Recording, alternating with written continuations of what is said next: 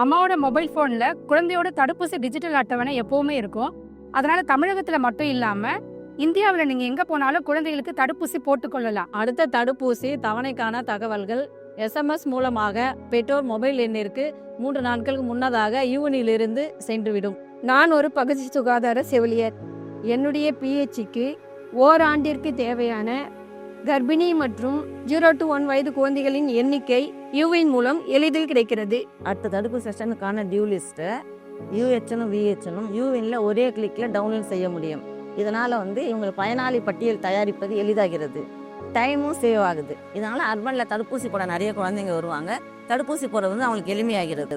ஏதாவது குழந்தைகளை தடுப்பூசி போடாமல் விடுபட்டு இருந்தால் விடுபட்ட குழந்தைகளின் பட்டியலை யூவின் மூலம் பதிவிறக்கம் செய்வது எளிதாகிறது.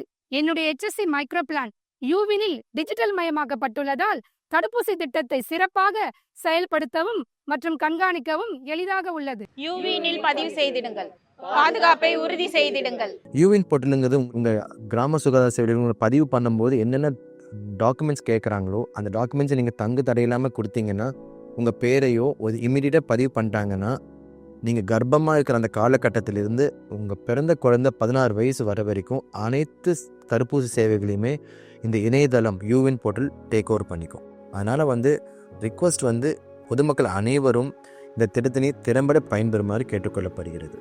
இந்த யூவினோட அட்வான்டேஜ் என்னென்னா, நம்மளோட குழந்தைகளுக்கும் சரி, நம்மளோட பேர குழந்தைகளுக்கோ இல்லை அடுத்த சந்ததிக்கோ நம்ம இந்த தடுப்பூசி முழுமையாக போய் சேரதை நம்மளால் உறுதிப்படுத்த முடியும். இந்த ஒரு நல்ல வாய்ப்பை பொதுமக்களும் பயன்படுத்திக்கணும்.